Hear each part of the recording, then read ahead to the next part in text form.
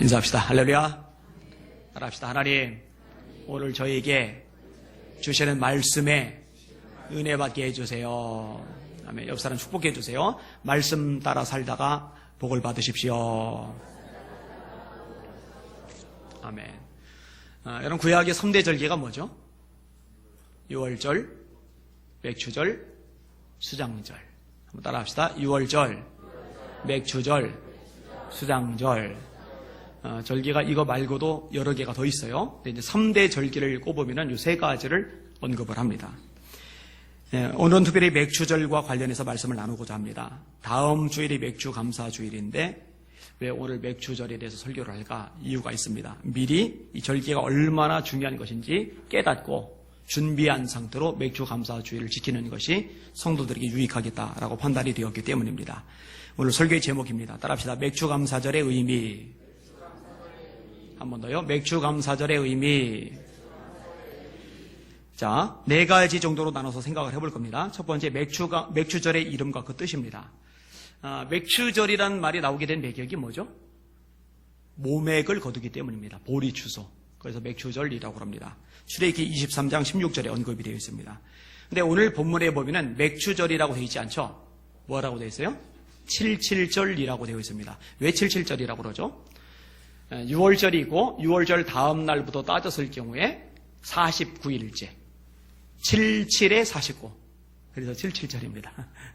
좀 유치해 보이는 것 같지만 실제로 그래요. 그래서 77절입니다. 그 다음에 77절이란 말 대신에 또 다른 표현이 있는데 오순절입니다. 왜 오순절이죠?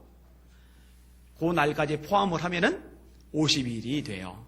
그래서 5에다가 열순, 5 곱하기 10을 하면은 50이죠. 그래서 오순절이라고 하는 겁니다. 그 다음에 또 하나의 이름이 있는데 초실절이라고 합니다. 출애굽기 34장 22절입니다. 왜 초실절이라고 하느냐?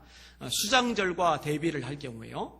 수장절은 모든 곡식을 추수하는 겁니다. 전체 추수죠. 1년 결산입니다. 반면에 맥추절은 첫 번째 곡식을 추수하는 그런 기간입니다. 이런 곡물을 따라 추수하는 기간이 다른데 첫 번째로 곡물을 추수해서 하나님께 바친다. 그래서 초실, 첫 번째 열매 절기, 그래서 초실절이라고 언급을 하는 겁니다. 결국 이 맥추절은 하나님이 먹이시고 입히시고 살게 하신 것을 감사해서 드리는 절기입니다. 네, 여러분, 이 초실절에, 이 맥추절에, 이 77절에, 오순절에 한 가지 중요한 게 더 덧붙여지죠. 신약에 와서. 뭐죠? 그게 성령 강림입니다. 사도행전 2장 말씀이죠. 오순절 날이 이름에 저희가 나같이 한 곳에 모였더니 갑자기 하늘로부터 급하고 강한 바람 같은 소리가 있어 그들이 앉은 온 집에 가득하며 마치 불의 혀같이 갈라지는 것이 저희에 보여 각 사람 위에 임하여 있더니 그들이 다 성령의 충만을 받고 성령이 말하게 하심을 따라 각기 다른 방언으로 말하기를 시작하니라. 오순절 날 성령의 불이 임해버렸어요. 그래서 뭐가 탄생하죠? 교회, 첫 번째 교회가 탄생합니다. 초실절 첫 번째 열매가 거두어지는 그 시기에 첫 번째 교회가 탄생을 합니다. 이게 절기가요, 괜히 다 연결이 되는 게 아닙니다. 구약에서는 그 오순절 때, 그 맥추절 때 모세가 시내산에서 십계명을 받죠. 이런 의미들이 포함이 되어져 있어요. 자, 그 다음에 두 번째로 이 맥추절을 지키는 방법인데 예물을 드린다는 겁니다.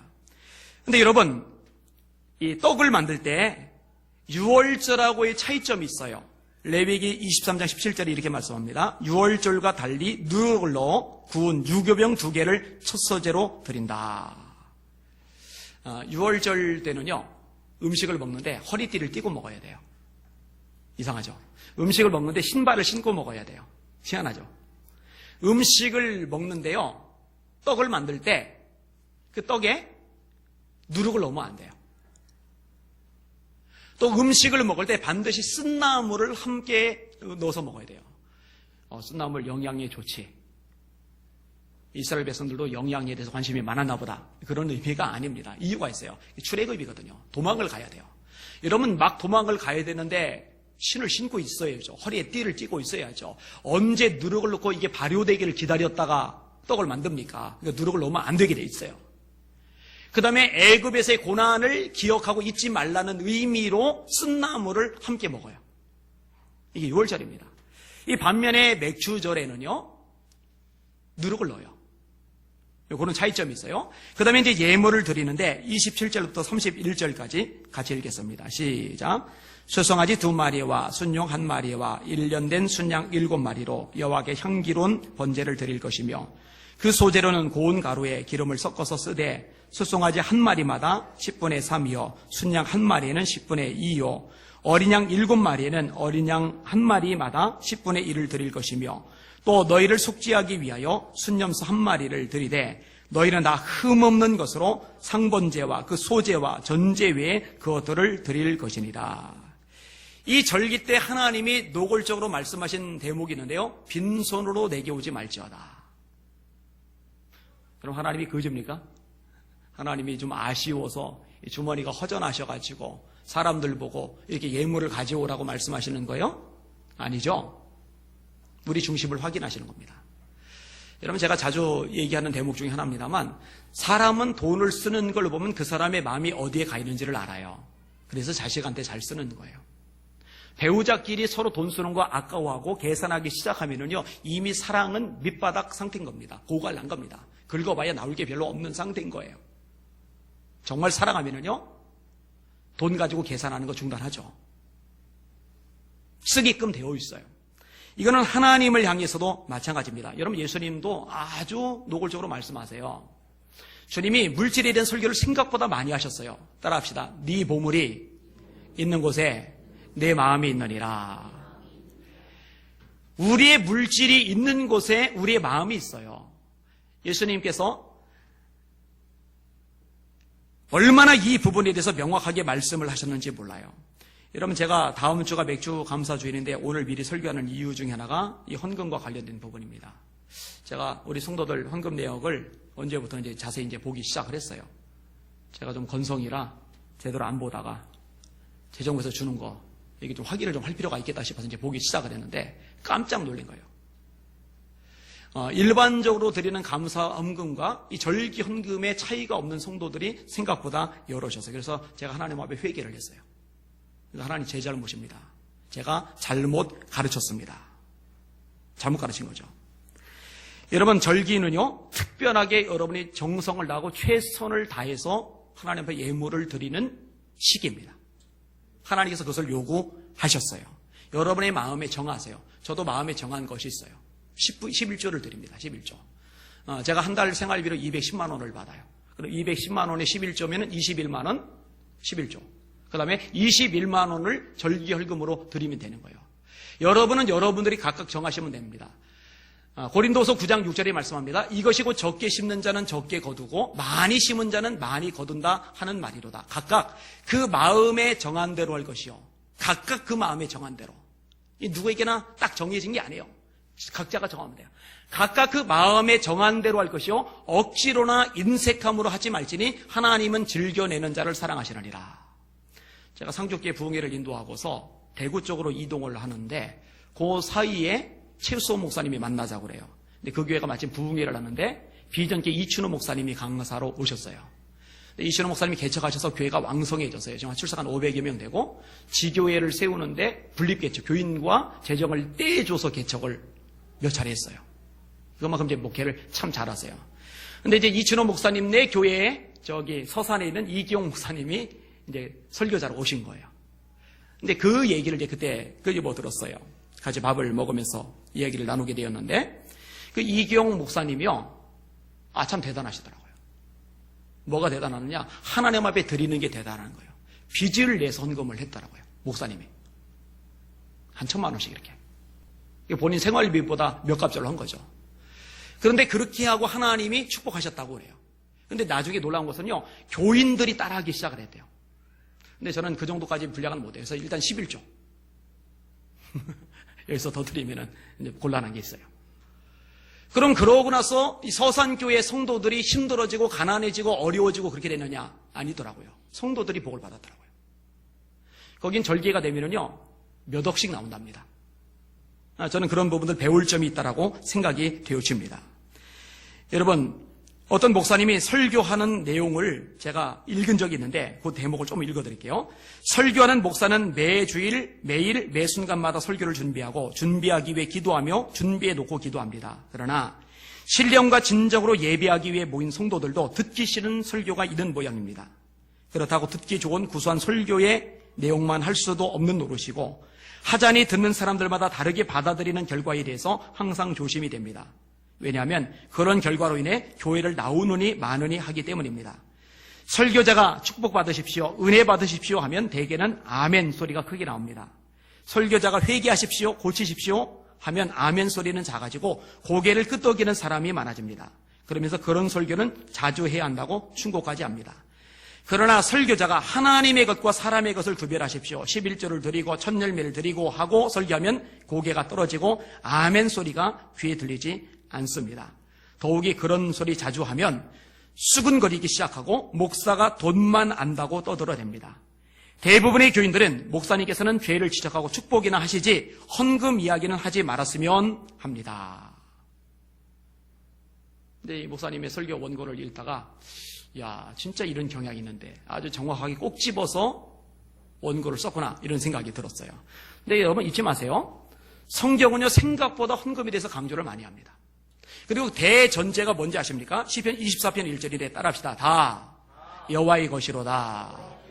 내 것을 아껴서 드리는 것 아니에요. 내 것을 쪼개서 드리는 것 아니에요. 성경은 절대로 그런 개념을 허용하지 않습니다. 다 하나님의 거예요. 원래 다 하나님 거예요. 인정하세요? 다 하나님의 것인데 그 중에 일부를 하나님 앞에 돌려드림으로써 모든 것이 하나님의 것임을 고백하는 겁니다. 11조도 그런 개념이에요. 10분의 1은 하나님 거고 나머지 9개가 내 거고 내 마음대로 쓰는 게 아니라 다 하나님의 것인데 그 중에 하나를 드림으로 모든 것이 하나님의 것임을 고백하는 징표인 거예요. 성경 메시지 단순합니다. 다 하나님의 것이로다. 질문 하나 드릴까요? 자, 주인이 있고 종이 있어요. 근데 종의 주머니에 돈이 좀 있어요. 그 종의 주머니에 있는 돈은 주인의 것입니까? 종의 것입니까? 주인 겁니다. 왜냐면은 종 전 존재가 종의 모든 소유가 다 주인에게 귀속이 되기 때문에 여러분 하나님을 인생의 주님이라고 고백을 하죠. 그럼 저와 여러분의 것은 아무것도 없어요. 다 하나님의 겁니다. 하나님의 것인데 하나님이 맡겨주셔서 내가 관리를 하는 겁니다. 이것을 청지기직이라고 합니다. 저와 여러분은 청지기입니다.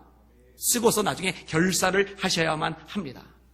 그러니까 내 것을 아껴서 내 것을 쪼개서 하나님께 드린다는 개념을 가졌다면 여러분 신앙의 기본 첫 단추가 잘못 끼워진 거예요.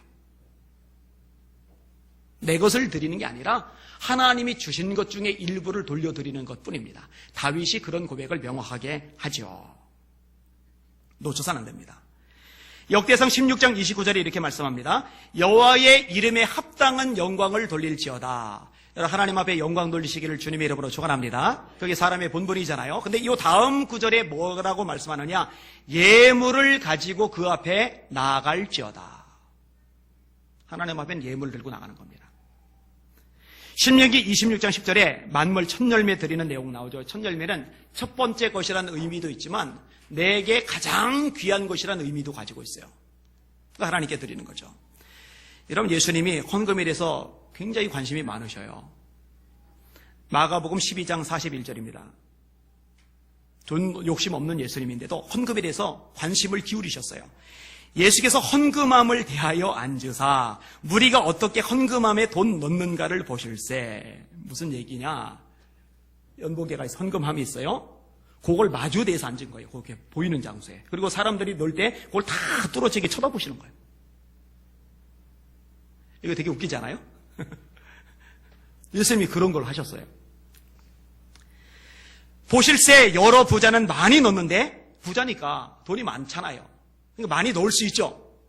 한 가난한 과부는 와서 2렙돈 곧 한 고드란트를 넣는지라. 예수께서 제자들을 불러다가 이르시되 내가 진실로 너에게 이르노니 이 가난한 과부는 헌금함에 넣는 모든 사람보다 많이 넣어도다. 그들은 다 풍족한 중에서 넣었거니와 이 과부는 그 가난한 중에서 자기의 모든 소유 그 생활비 전부를 넣었느니라.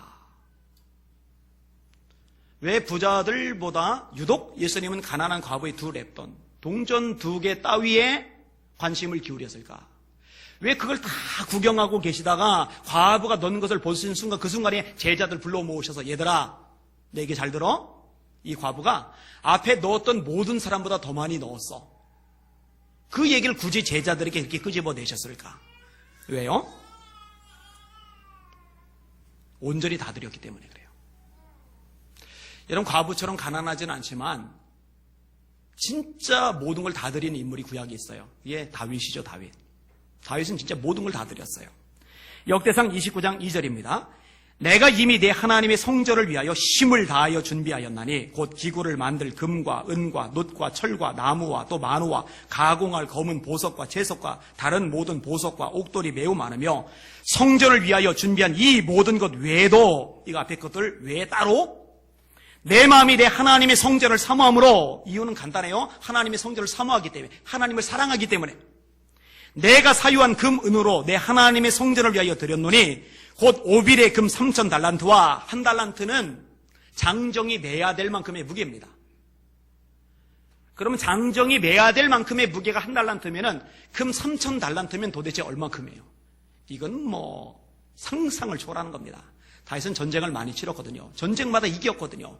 거기서 생긴 금을 몽땅 다 드린 거예요, 하나님께.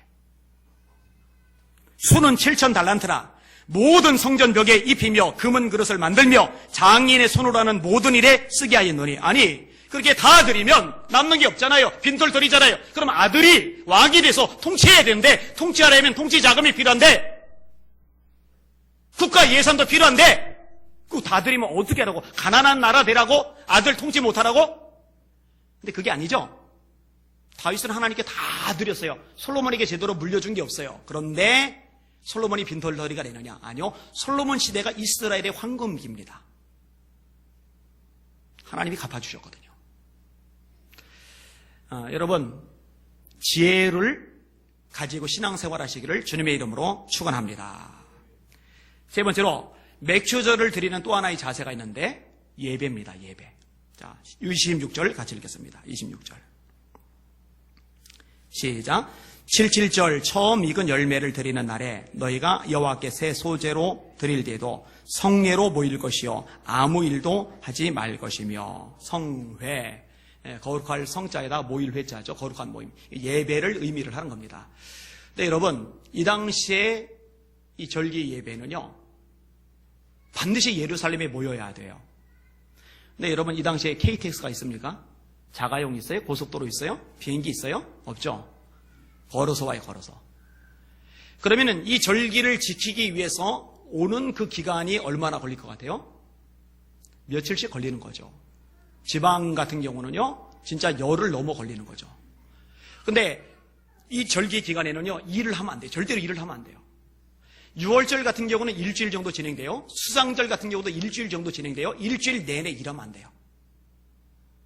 근데 여러분, 그 절기에 일을 하면 안 되고 예배에만 집중을 해야 되고 거기다가 오는 것이 한 10일 정도 걸렸다 생각하세요. 가는 것이 한 10일 정도 걸렸다 생각하세요. 그러면 20일 넘게 일을 못하면 굶어 죽으라고?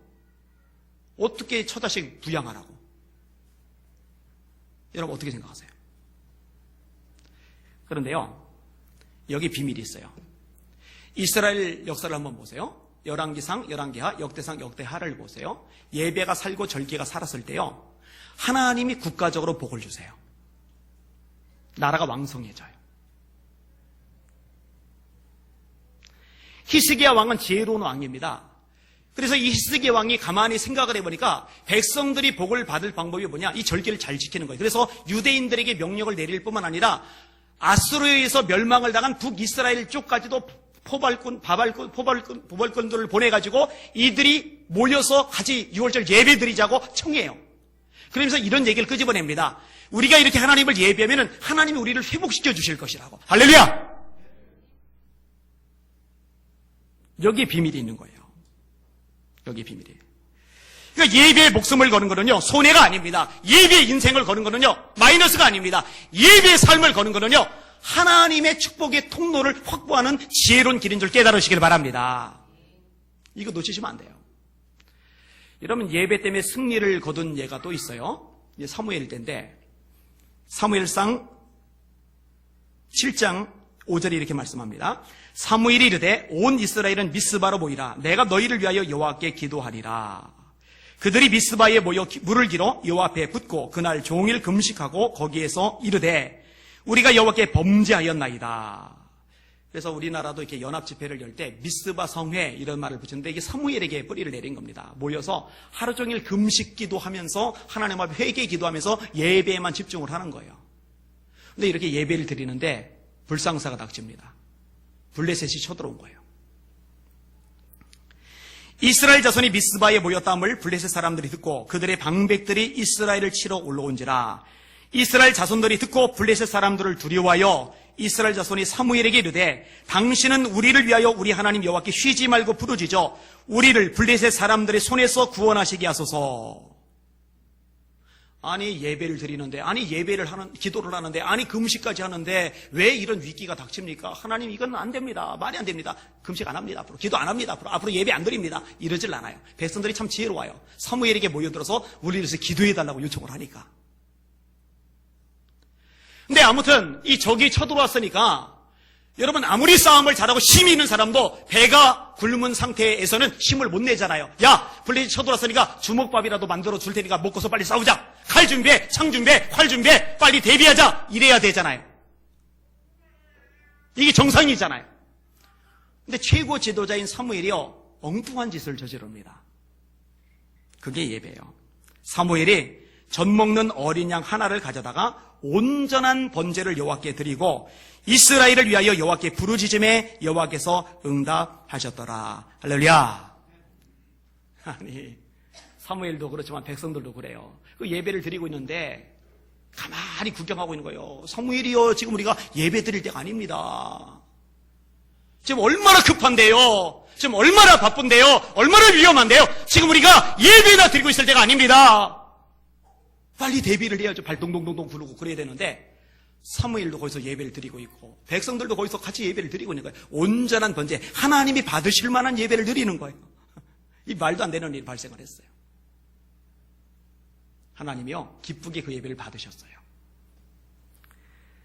사무엘이 번제를 드릴 때에 블레셋 사람이 이스라엘과 싸우려고 가까이 오매 그날에 여호와께서 블레셋 사람에게 큰 우레를 발하여 그들을 어지럽게 하시니 그들이 이스라엘 앞에 패한지라. 이스라엘 사람들이 미스바에서 나가서 블레셋 사람들을 추격하여 뱃갈 아래 이르기까지 쳤더라. 사무엘이 돌을 취하여 미스바와 센 사이에 세워 이르되 여호와께서 여기까지 우리를 도우셨다 하고 그 이름을 에벤 에셀이라 하니라. 깁슨이라는 분이 있습니다. 미국의 사업가입니다. 이분이 원래 고아 출신인데 살림왕이 되었어요. 그래서 백화점왕 그러면 이제 워너베이커 꼽잖아요. 그다음에 강철왕 그러면 카네기를 꼽잖아요. 석유왕 그러면 록펠러를 꼽잖아요. 뭐 IT왕 그러면은 저기 빌 게이츠, 스티브 잡스 이런 사람들 꼽잖아요. 이 사람은 이제 깁슨은 살림왕이에요. 살림왕. 그런데 하루는 이 깁슨에게 고아원에서 같이 자란 사람이 찾아온 거예요. 손님인 거죠. 나 좀 도와줘라. 너 재벌 아니냐. 그랬더니요, 깁슨이 이런 제안을 합니다. 내가 몇 가지 너한테 제안을 할 텐데 10년간만 철저하게 그걸 지켜라. 그리고 나서도 네가 밑바닥으로 가난하게 살면은 내가 내 재산 떼서 너한테 나눠줄게. 첫 번째 조건이 뭐냐? 하나님을 믿고 주일 성수할 것. 두 번째 조건, 술을 절대 마시지 말 것. 세 번째 조건, 무슨 일이든지 쉬지 말고 부지런히 일할 것. 무슨 일이든지 쉬지 말고 부지런히 일할 것. 친구가 이 말을 듣고서 돌아가요. 철공소 직공 모집 광고를 보고 들어갔어요. 예전 같아서는 툴툴댔을 거예요. 작업 환경이 안 좋다느니, 내가 이런 일이나 해야 된다느니, 상사가 왜 이렇게 나를 피곤하게 한다느니 막 짜증을 냈을 텐데 깁슨하게 들은 얘기가 있거든요. 쉬지 않고 일을 하는 거예요. 정말 열심히 일을 하는 거예요. 술도 안 마시는 거예요. 하나님을 믿으면서 주일 성수 철저하게 지키는 거예요. 근데 그렇게 열심히 일을 하니까 상사의 눈에 들은 거죠. 1년 만에 공장장이 돼요. 그리고 10년 후에 철강 회사를 세우게 됩니다. 하나 얘기 더 할게요. 아더 미다스라는 분입니다. 이분은 장로님이세요. 우리나라 CCC에도 한 50만 불 정도를 기부했던 분으로 알려져 있어요. 선교재단 설립을 위해서 7억 달러를 기부를 했습니다. 우리나라 돈 하면 7천억 정도? 그러니까 어마어마한 거죠. 자기 배속 챙기는 사람이 아니에요. 그 외에도 구제, 봉사하는 일에 굉장히 많은 일을 했던 사람입니다. 근데 이분에게 기자가 물었어요. 도대체 성공의 비결이 뭡니까? 어떻게 당신처럼 그렇게 성공할 수 있습니까? 그러면은 일반 기자니까 일반인들 듣기 좋은 얘기를 해야 될 거 아니에요. 아니요. 이분은 철저하게 하나님 중심의 사람이거든요. 이렇게 말합니다. 제가 남보다 특별히 머리가 더 좋은 것도 아니고 더 많이 노력하는 것도 아닙니다. 다만 저는 다음과 같은 생활 신조를 가지고 있습니다. 첫째, 주일 성수. 주일은 하나님의 날. 온전히 하나님을 예배하는 날. 둘째, 온전한 11조. 하나님의 것은 절대로 손대지 않는 것. 셋째, 하루의 첫 시간을 기도로 시작하는 것. 우리처럼 이제 새벽 기도하다시피 한 거죠. 넷째는 예수님을 가정의 주인으로 모시는 것. 그리고 다섯째는 돈이 주어졌을 때 시간과 돈을 선한 사업에 사용하는 것 등입니다. 여러분 깁슨 씨 얘기도 그렇고요. 이 미다스 장로님 얘기도 그렇고요. 첫 번째 항목이 주일 성수가 기본으로 들어가요. 지금 우리 효빈이가 읽고 있는 책이 아이젠하워 대통령에 대한 책인데 그 책 제목이 주일 성수라는 게 들어가 있더라고요. 여러분 아침부터 밤까지 주일은 하나님의 날입니다. 하나님 앞에 지키실 수 있기를 주님의 이름으로 축원합니다. 철저하게 지키실 수 있기를 주님의 이름으로 축원합니다. 왜 아멘을 못해요? 하나님 말씀인데. 주일을 철저하게 하나님 앞에 지키실 수 있기를 주님의 이름으로 축원합니다. 노력을 하세요. 점점 그렇게 늘려가세요. 그리고 원래는 아침과 저녁 번제죠. 오전 예배와 저녁 예배를 드려야 돼요. 이거 좀 계속 기도를 하는 중입니다. 당회 때 조만간 제가 얘기를 끄집어 낼 생각입니다. 특별히 절기는 하나님 앞에 철두철미하게 지키실 수 있기를 주님의 이름으로 축원합니다. 10일, 20일, 30일 일 못할지라도 지키는 절기 하나님의 복을 주시잖아요. 자, 맥추절의 의미가 뭔지 각각의 단어별로 77절, 맥추절, 초실절, 오순절 이 단어를 설명을 했어요. 그 다음에 맥추절의 의미 두 번째로 하나님 앞에 예물을 드리는 것. 일반 예배와 다르게 정성과 예물을 드리는 것 말씀을 드렸어요. 그 다음에 세 번째로 철저하게 모여서 예배를 드려야 된다는 것. 요걸 말씀을 드렸어요. 마지막 한 가지가 더 있는데 이 감사절기에 절대로 빠져서는 안 되는 가장 핵심적인 요소가 하나가 있어요. 뭐죠? 감사입니다. 감사. 감사의 마음, 감사의 고백. 이것이 빠져서는 안 됩니다. 바클레이라고 있어요. 윌리엄 바클레이인데 주경학자로 뛰어납니다. 너무 성경 해석을 잘해요. 그래서 제가 이번 책을 몇 권 읽었어요. 더 사고 싶은 마음도 있어요. 근데 이분이 이런 말을 해요. 기독교 3대 덕목은 믿음, 소망, 사랑이죠. 근데 여기에 한 가지를 더해서 4대 덕목을 고른다면은 감사다. 따라합시다. 믿음, 소망, 사랑, 감사. 그렇죠? 이 감사. 빠져서는 안 된 거죠. 탈무드에 이런 것이 기록이 되어 있어요. 혓바닥에게 감사합니다라는 말을 가르치기 전에는 아무 말도 하지 말아라. 이 혓바닥에게 감사합니다라는 말을 가르치기 전에는 아무 말도 하지 말아라. 감사합니다라는 말을 먼저 하는 거죠. 토마스 아켄피스라고 있어요. 신학대전이라는 아주 위대한 신학 작품을 쓴 분입니다. 이분이 한 말인데 하나님은 감사하는 자에게 복을 주신다. 진짜입니다. 시편 136편에 이렇게 말씀합니다. 여호와께 감사하라. 그는 선하시며 그 인자심이 영원함이로다. 신들 중에 뛰어난 하나님께 감사하라. 그 인자심이 영원함이로다. 주들 중에 뛰어난 주께 감사하라. 그 인자심이 영원함이로다. 홀로 큰 기이한 일들을 행하신 이에게 감사하라. 그 인자심이 영원함이로다. 지혜로 하늘을 지으신 이에게 감사하라. 그 인자심이 영원함이로다. 한 절 한 절마다 감사하라고 고백을 하고 있어요. 감사하라고 명령하고 있어요. 그중에 하나님이 천지를 창조하셨다. 감사하라. 여러분 하나님이 천지 창조하신 거 감사해 본 적 있으세요? 그거 감사하시길 바랍니다. 그거 감사라고 말씀하고 있잖아요. 땅을 물 위에 펴신 이에게 감사하라. 그 인자심이 영원함이로다. 큰 빛들을 지으신 이에게 감사하라. 그 인자심이 영원함이로다. 여러분 하나님이 태양을 지으신 것 보면서 태양 보시면서 감사해 본 적 있으세요? 감사하실 수 있기를 바랍니다. 밤에 달을 보시면서 감사해 본 적 있으세요? 달 보시면서 감사하시길 바랍니다. 별들을 보시면서 감사하실 수 있기를 주님의 이름으로 축원합니다. 해로 낮을 주관하게 하신 이께 감사하라. 그 인자심이 영원함이로다. 달과 별들로 밤을 주관하게 하신 이께 감사하라. 그 인자심이 영원함이로다. 제가 9절까지만 읽었는데 이게 26절까지 돼 있거든요. 시편 136편이. 그런데 26절 모든 절마다 감사하라. 그 인자심이 영원함이로다. 감사하라. 그 인자심이 영원함이로다. 26번이 반복적으로 나와요. 감사하라, 감사하라, 감사하라, 감사하라. 감사하시기를 주의 이름으로 축원합니다. 감사하셔야 돼요. 여러분 가만히 보면요, 하나님이 정말 귀하게 쓰셨던 사람들 보면 감사를 너무 잘해요. 좋을 때만 아니라 위기 상황에도 감사를 잘해요. 여러분 다니엘 얘기 유명하잖아요. 다니엘서 6장에 사자굴에 들어가야 돼요. 짐승에게 갈갈이 찢겨 죽을 수밖에 없는 처지입니다. 그런데 성경이 뭐라 기록합니까? 전에 행하던 대로 하루 3번씩 하나님께 기도하고 감사하였더라. 내일이면 죽는데 죽을 줄 알면서 3번씩 감사할 수 있어요? 내일은 아니었죠. 30일간의 기간을 줬으니까 30일 이후에는 죽는데 매일 3번씩 하루에 감사를 드려요. 여러분 다윗이 썼던 수많은 시들, 거기엔 감사가 찬양이 굉장히 풍성한데 좋을 때 썼던 시들만 있는 게 아니라 정말 곤란할 때 썼던 시들이 너무 많아요. 바울과 실라가 매맞고 피투성이가 돼서 소독도 못한 채 착고까지 차고 깊은 감옥에 갇혔어요. 어떻게 성경이 기록하죠? 밤중쯤 되어 바울과 실라가 하나님께 기도하고 찬미함에 죄수들이 듣더라. 거기서 찬양이 나와요. 그러니까 성도들 향해서 범사에 감사라고 말할 수 있는 겁니다. 여러분, 일이 풀릴 때뿐만 아니라 꼬일 때, 여러분이 원하는 대로 일이 진행될 때뿐만 아니라 그게 좌절되었을 때, 누군가 여러분을 칭찬하고 여러분 잘한다고 격려해 줄 때뿐만 아니라 긁어낼 때, 그때조차도 감사만큼은 놓치지 마시기를 주님의 이름으로 축원합니다. 그게 진짜 능력이죠. 2차 세계대전의 작가라고 알려진 코넬리어스 라이언이라는 분이 있습니다. 이분이 5년간 암으로 투병을 하다가 세상을 떠났어요.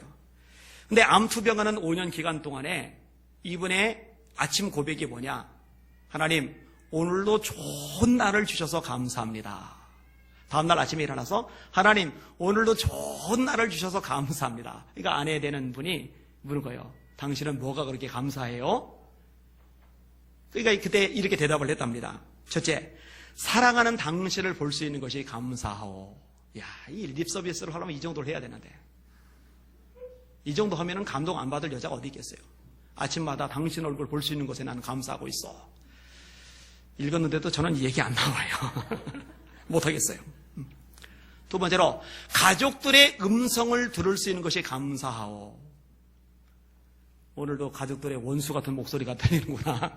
가 아니라, 세 번째로, 병들어 눕기 전에 내가 쓰고 싶던 것, 쓸 수 있었던 것 감사하오. 그러니까 지금 못 쓰는 걸 감사하는 게 아니라 병들기 전에 썼던 것들 감사하는 거예요. 지금 못하는 거 따지면은요, 감사 못합니다. 짜증나죠. 이게 뭐야? 이런 생각 들죠. 넷째로, 병마와 싸울 힘을 주신 하나님께 감사하오.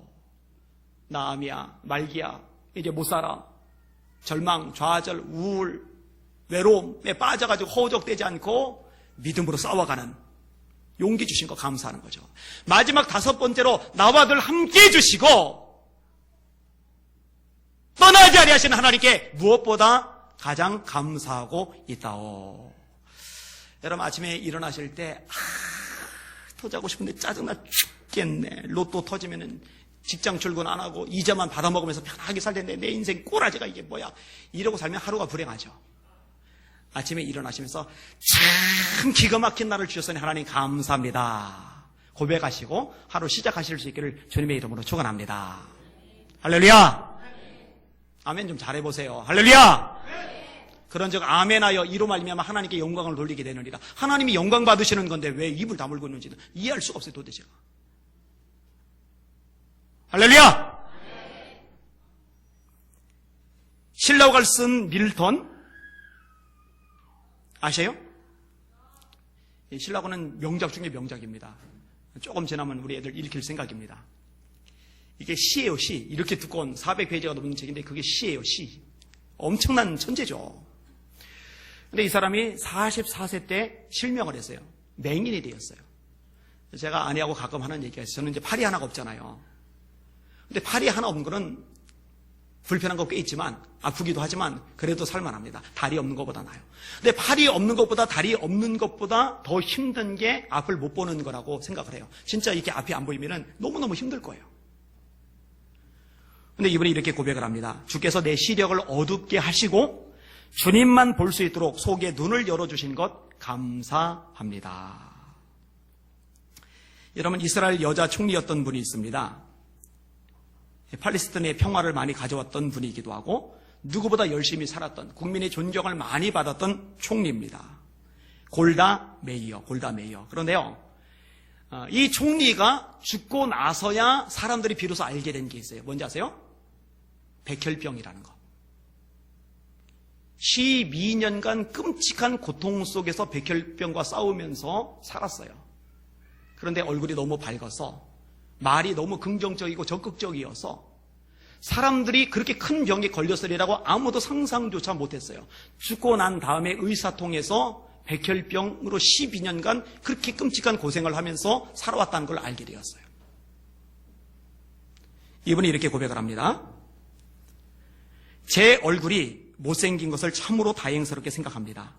저는 일반적인 다른 사람과 비교해 봤을 때 너무나 못났기에 열심히 기도했고 정말 최선을 다해 공부했습니다. 나의 이런 연약함은 나에게뿐 아니라 이 나라에도 무한한 도움을 주었습니다. 우리의 약점과 실망은 곧 하나님의 부르심입니다. 사랑하는 성도 여러분, 못생긴 것을 감사하시길 바랍니다. 지금 아멘을 안 한 분들은 그래도 내가 이쁘다고 생각하는 분들이겠죠. 그래도 내가 잘생겼다고 생각하는 분이겠죠. 저는 공감을 했어요. 사실은 저는 제가 어릴 때 되게 못생겼다고 생각을 했거든요. 이마 좁고, 얘기했잖아요. 이마 지금 넓은 거는 넓어진 게 아니라 여기는 잔털을 쪽집게로 뽑아냈기 때문에 이렇게 넓어진 거라고 말씀드렸어요. 이 코는 여전히 구제불능이고, 옆에서 보시면은 요 입술이 코보다 좀 더 나왔어요. 이쁜 앞니빨 토끼가 이렇게 튀어나왔거든요. 눈은 이제 조그맣고. 그래서 저는 이제 외모에 자신이 없었어요. 제가 중학교 애들 이름 거의 기억을 못 하는데 확실하게 기억하는 아이, 도용준이라는 아이. 왜냐? 너무 잘생겼어요. 너무 잘생기다 보니까 여선생님이 얘를 그렇게 이뻐하는 거예요. 저한테는 눈길 한 번 안 주면서. 그런 아픔이 저한테 있어요. 근데 보세요. 못생긴 것을 감사하는 거예요. 혹시 거울을 볼 때마다 낙심되시는 분 생각을 바꿔 먹으세요. 감사의 고백으로 삼으시길 바랍니다. 바울의 고백 하나 읽어드리고 말씀을 정리하겠습니다. 너무 자만하지 않게 하시려고 내게 육체의 가시, 사단의 사자를 주시니 이는 나를 쳐서 너무 자고하지 않게 하려 하십니다. 이것이 내게 떠나기를 위하여 3번 간구하였으나 내게 말씀하시기를 내 은혜가 내게 족하도다. 이는 내 능력이 약한 데서 온전하여짐이라 하신지라. 그러므로 도리어 크게 기뻐함으로 나의 여러 약한 것들에 대하여 자랑하리니 이는 그리스도의 능력이 내게 머물게 하려 함이라. 그러므로 내가 그리스도를 위하여 약한 것들과 능력과 궁핍과 박해와 곤고를 기뻐하노니 이는 내가 약한 그때에 강함이라. 전에는 고통이었어요. 좌절이었어요. 떠났으면, 사라졌으면, 없어졌으면 좋겠다고 생각을 했는데 그 고통거리를 보면서 이제는 자랑해요. 그 고통거리를 보면서 이제는 기뻐해요. 왜? 사고가 달라졌거든요. 마음이 달라졌거든요. 이게 바울의 진짜 능력이죠. 빌립보서 4장도 마찬가지입니다. 내가 풍부에 처할 줄도 알고 궁핍에 처할 줄도 알아. 모든 일에 배부르며 배고픔과 풍부와 궁핍에도 내가 일치의 비결을 배웠노라. 내게 능력 주시는 자 안에서, 예수 그리스도 안에서 내가 모든 것을 할 수 있느니라. 할렐루야. 이런 믿음, 이런 담대함이 우리 성도들에게 있으시기를 주님의 이름으로 축원합니다. 이런 믿음에서 감사가 넘쳐나시기를 주님의 이름으로 축원합니다. 아멘. 말씀을 정리할게요. 제가 4가지로 정리를 해드렸습니다. 맥추절, 보리, 초실절, 첫 곡식 추수이기 때문에, 칠칠절, 다음 날부터 따져서 7, 7이 49, 오순절, 그날까지 포함해서 50일째 되는 날. 그리고 오순절에 성령께서 강림하심으로 교회가 탄생했죠. 첫 교회가. 두 번째로, 이 맥주 감사절에 예물을 드릴 때 정성을 다해서 드리세요. 힘을 다해서 드리세요. 세 번째로, 이 맥주 감사 주일 때 여러분들이 예배를 드리되 전심으로 예비하실 수 있기를 주의 이름으로 축원합니다. 주일 성수를 평상시에도 철두철미하게 해야 되겠지만 특별히 맥주절에 아침부터 저녁까지 온전하게 하나님 앞에서 사시길 바랍니다. 마지막 네 번째, 여러분 예물을 드려도 온전히 그날 자리를 잡고 있어도 마음에 감사하는 마음이 빠지면 안 돼요. 하나님 감사합니다. 예수님이 십자가의 피로 나를 구원해 주셨으니 감사합니다. 나를 떠나지 않고 나와 동행해 주시니 감사합니다. 내 인생 가운데 합력하여 선을 이루게 하시니 감사합니다. 나를 외면하지 아니하시고 하나님의 아들과 하나님의 딸로서 늘 사랑해 주시고 품어 주시니 감사합니다. 이렇게 자유롭게 찬양할 수 있는 대한민국 땅에서 살게 하시니 감사합니다. 이런 감사가 충만한 맥주 감사 주일 되시기를 예수님의 이름으로 축원합니다. 축원합니다. 아멘. 기도하겠습니다.